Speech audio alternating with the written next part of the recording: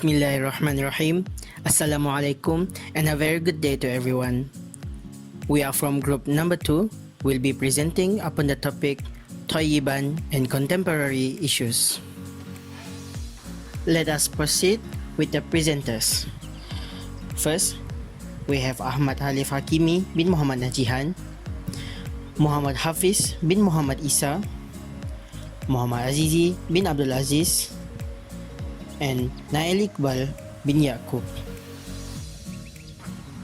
In this presentation, we have 3 main sections to be presented.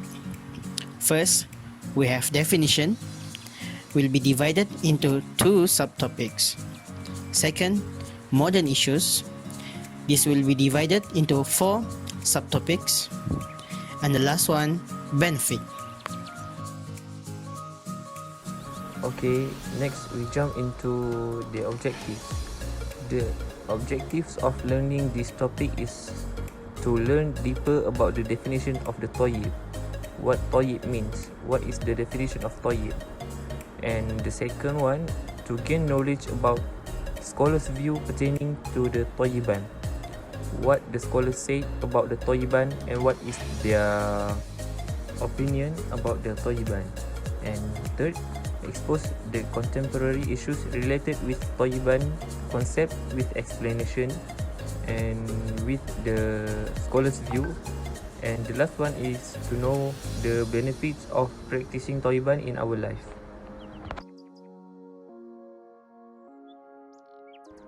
Assalamualaikum.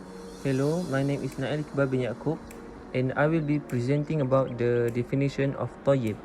We will go thoroughly through the definition as we have learned what tayyib is according to the many views.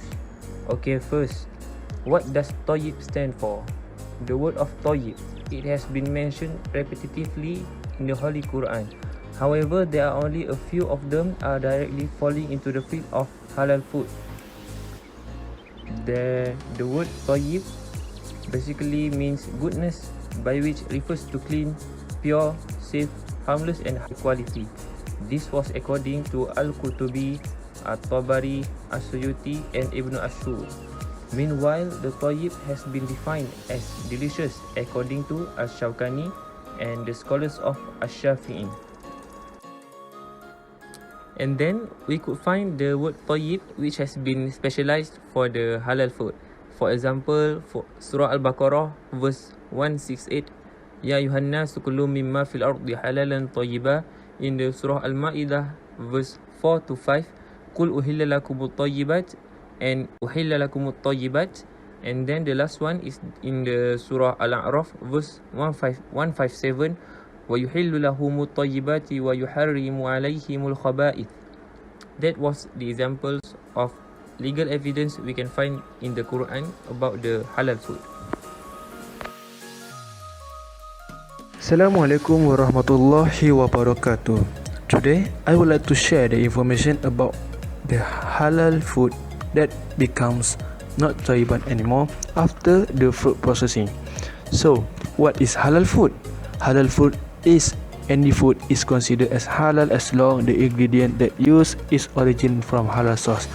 After that, it does not contain any parts or products of animals that are non-halal by Sharia law, or any parts or products of animals which are not slaughtered according to Sharia law.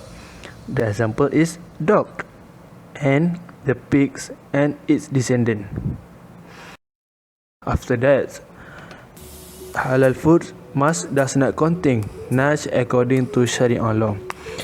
As we know, nash in Islam is divided to 3 types. That is, first, muhalazah, second, muhafafa, and third, mutawasitah.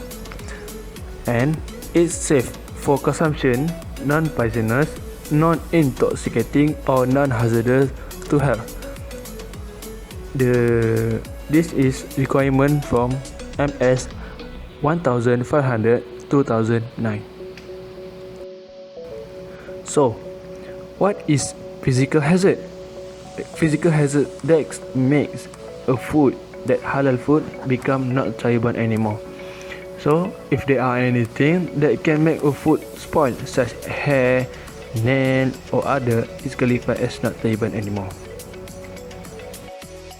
We move to the next slide. So, what is physical hazard? A physical hazard is any extraneous object or foreign matter that we can see or touch in a food item which may cause illness or injury to a person consuming the product. So, as a simple words, we can know a physical hazard is something that we can see, we can touch by our sense, such as we can see with our eyes, we can touch by our hand, and the physical hazard that makes some food becomes harmful to the person that who consume it. Where after that, where the physical hazard is common happen, there are several places that lead to physical hazard on the food, such as in the kitchen, in the transfer of the product into the kitchen. So, who is exposed to the physical hazard happen? Of course, the worker on the processing line of making food product, from mixing the raw material to the until the final process. So, how we can overcome physical hazard? There are several steps that we can do to overcome or to control the physical hazard during the processing food. So, firstly, check your employee. So, in this point, I will give the example or situation. So, I'm as the owner restaurant have to make sure that my employees are not involved in the physical hazard in the food. So, usually in the restaurant, they are usually have a detected problem or undetected problem. What the example of undetected problem? The example of the undetected problem is the contamination of hair in the food. A person typically lose 50 to 70 hairs every day. Some lost hair will find their way into food. So, as the owner of the restaurant, how can I overcome this problem? So, I will make sure my employees should wear a hair restraint such as a hat or hairnet at all times when working around food. Next, personal hygiene. In this point, I will give the example and situation. So, I am as the owner of the restaurant. What is my role? To make sure that my employee is taking care of their personal hygiene in good condition. So, as the owner of the restaurant, I have to insist my employees to keep their fingernails short, clean and unpolished. Long and false fingernails can break off and end up in food. So, food industry is similar with a restaurant. So, at this point, I will give the example and situation. So, the example is Makcik Kia as the supervisor in the online processing also need to insist her employees to make sure they are taking care of their personal hygiene in a good condition. She need to make sure that the workers keep their fingernails short, clean and unpolished. Long and false fingernails also can break off and end up in food. Next is the food handlers do not have to wear any jewelry. Jewelry should be limited to smooth wedding band. Earrings, pendants, jewels and chains can easily come loose and can end up in the customer plate. The example of the jewelry is such as watch, rings and others. Other than that, the food handlers or the supervisor of the food industry have to make sure the building is pest free. Restaurant or food production place should have a regular visit from pest control operators and restaurant, and the place should follow their advice on how to limit pest entrance to the food processing line. Next The maintenance of the machine. This role is have to play by a supervisor or the cooker as itself. A preventive method will involve things like conducting safety check, cleaning sparks, and replacing parts. The example in the industry is the maintenance of the metal detector machine. For small medium enterprise, is maintain appliance that used for the processing food. So the example in industry that I just say like just now is maintenance of the metal detector machine. So this is the situation in the food processing line. So for this graph or diagram, this is the example of the food industry process of the cookies. During this process, there are possibilities for a form of dough to contaminate with physical hazard in the mixing process. The possibility of physical hazard during this process is the possibilities of physical hazard that occur during this mixing process is the presence of dust. So how we can overcome this problem? So we make sure after we mix the dough, you have to cover the dough with the plastic or something else. So during the packaging process, the physical hazard may happen if the food handlers does not wear the proper attire, such as not cover their hair, wear jewelries, not wearing masks during the packaging process. So this is example of metal detector machine in the food industry. The function of the metal detector machine is to detect the presence of the metal that presents in the food product itself. Okay, next we jump into the next contemporary issues. In this case, in the 4th of September 2019, kes kebocoran gas amonia 200 ayam dilupus. About 200 chickens were dumped following an ammonia gas leak incident from a pipeline at a chicken processing plant in Merlimau Jasin. The Exco of Agriculture Nurhizam Hassan Bakti said he was informed that all chickens in the plant had been disposed due to the exposure of chicken towards the gas. He said hundreds of live chickens died from gas odor at the time of the incident. The questions are why the chickens were dumped, why it wasn't being sold, and why it wasn't being consumed. First of all, we should know that the chickens died not because of the slaughtering process, but it was caused by the infection of ammonia gas. Thus, the ammonia gas within the chicken might contain the possibilities of harm of damage towards humans.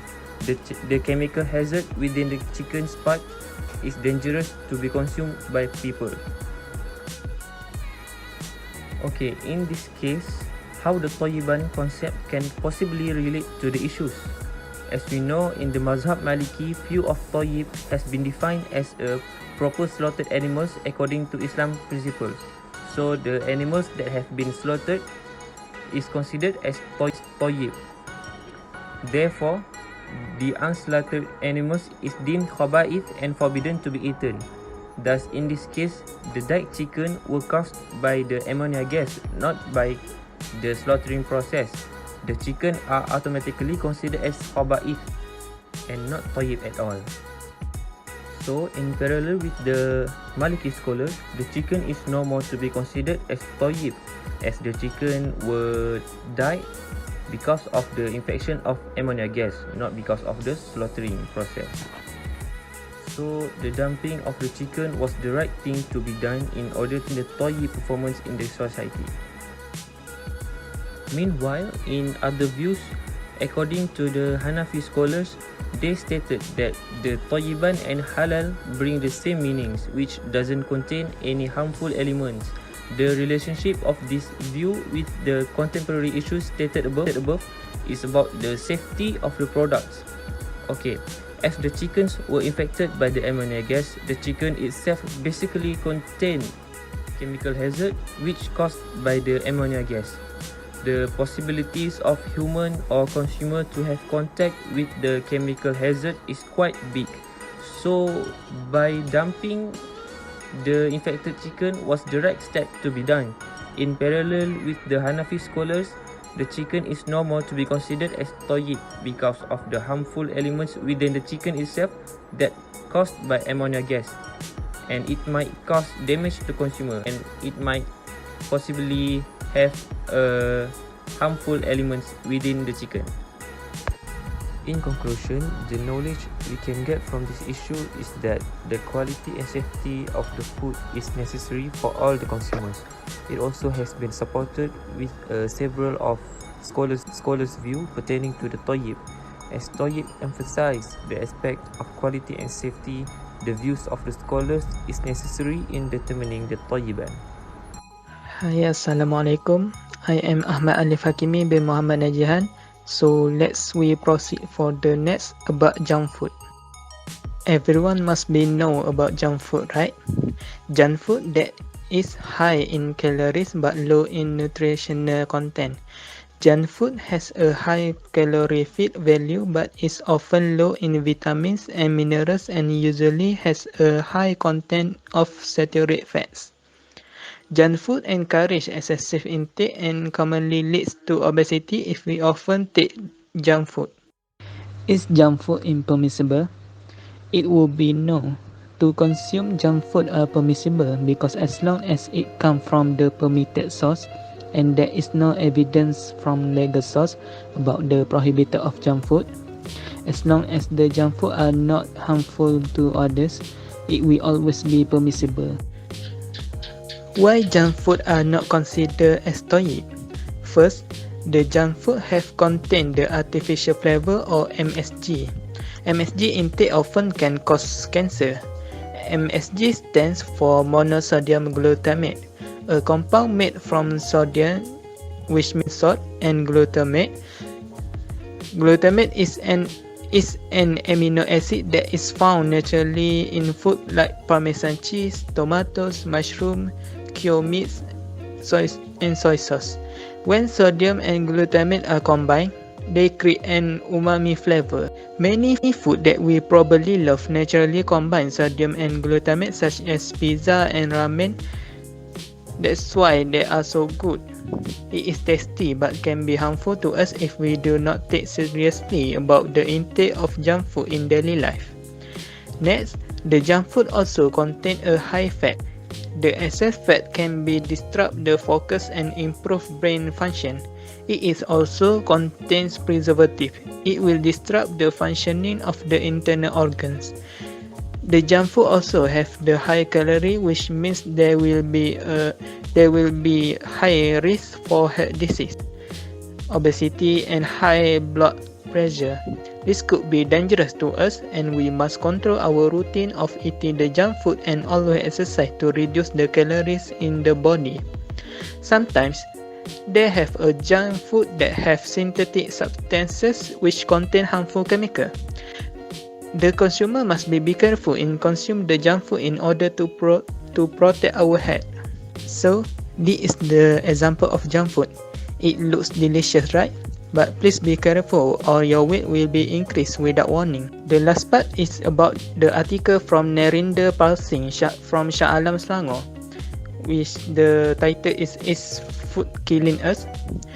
He said about that us have grown to be less healthy in the last 4 years.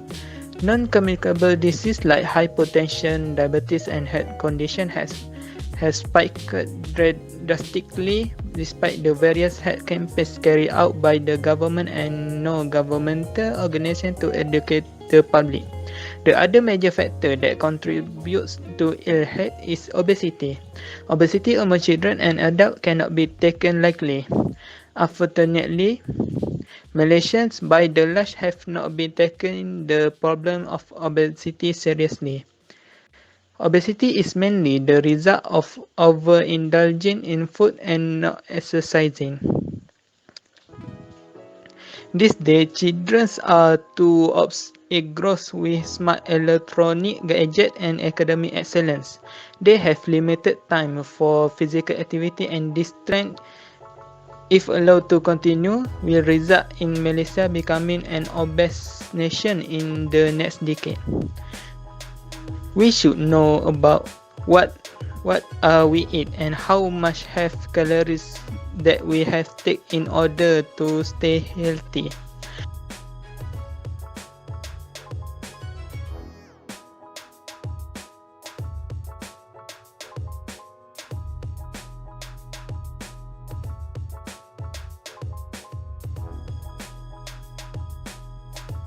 My last word is, food should be essential for sustaining life, but why we let the food killing us? Thank you from me, Ahmad Alif Hakimi. Okay, hi, I am Azizi and I'll be present for the supply chain. Let us proceed with unlocking supply chain management. So, what is it, a supply chain management? It can be defined a network of companies ranging from suppliers to end users. The other definition is encompasses the planning and management of all activities involved in sourcing and procurement, conversion, and all logistic management activities. Importantly, it also includes coordination and collaboration with channel partners, which can be suppliers, intermediaries, third-party service providers, and customers. In essence, supply chain management integrates supply and demand management within and across companies. This definition is from CSCMP. So, what is CSCMP? It stands for Council of Supply Chain Management Professionals. Moving on with the food production chain. As you can see in the picture, this is the overview of it. At first, from the production, they will treat the meat or raw material and then they bring it into processing. So, what kind of processing they will do?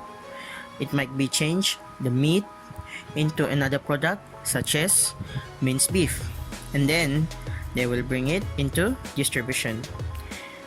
In this section, the distributor will distribute the products into two parts, which is the retailer and restaurant.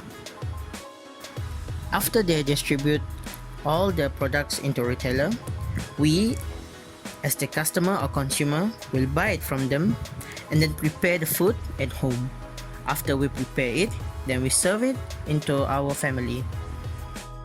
Next is restaurant. From restaurant, the chef will prepare the food and then they will serve it to the consumer. So who is the consumer here? The consumer is their customer.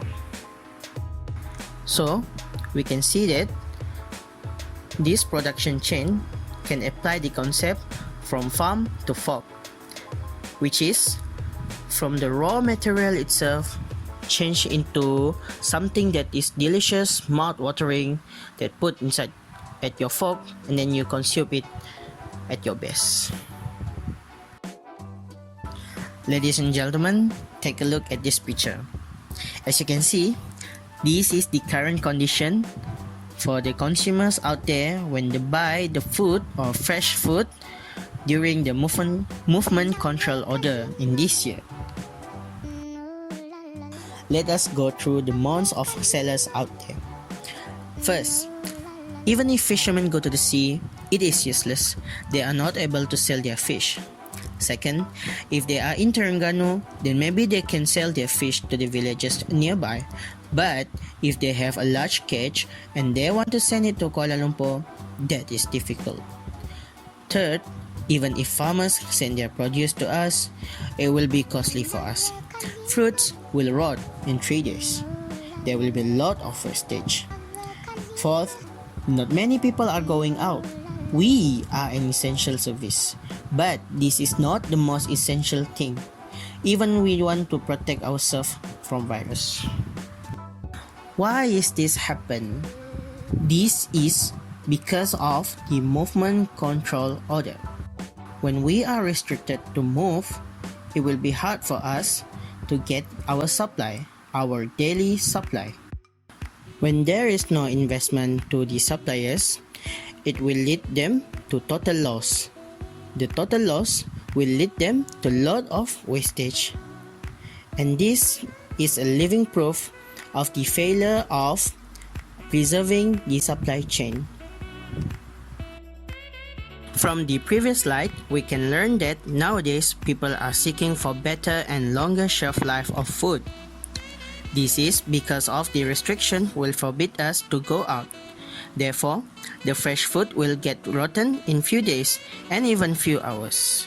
So, these are the recommendations for us to preserve our supply chain. First, we must have a close relationship.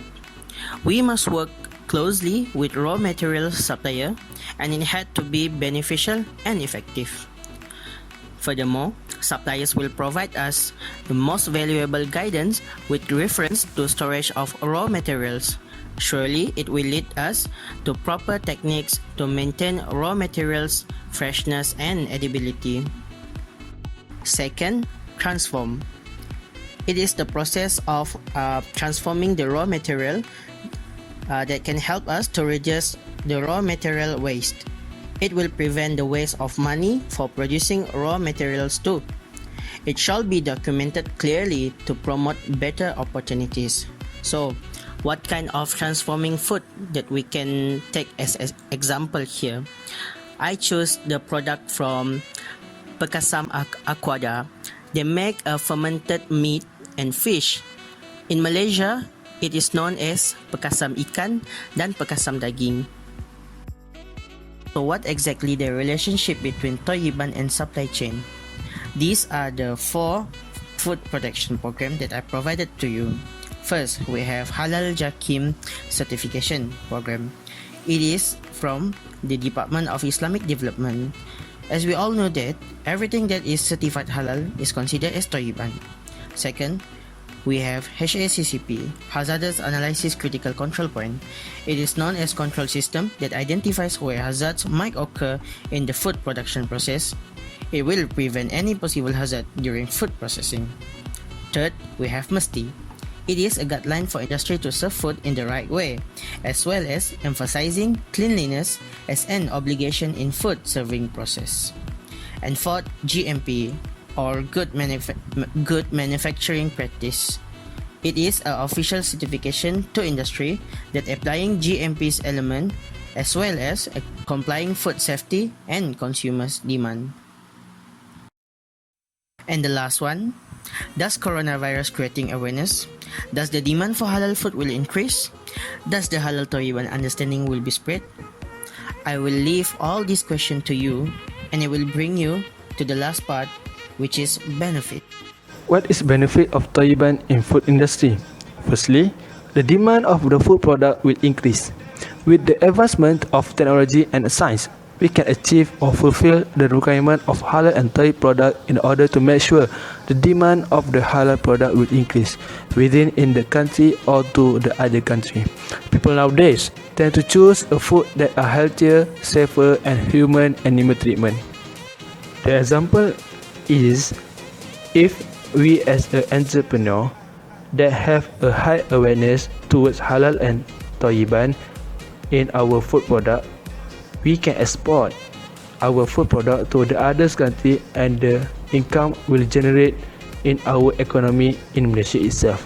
According to Berry 2008, there is a strong demand for halal product in a number of non-Muslim countries for both Muslim and non-Muslim consumers, since halal products are also growing in popularity due to the positive perception that halal products are healthier, safer and human animal treatment.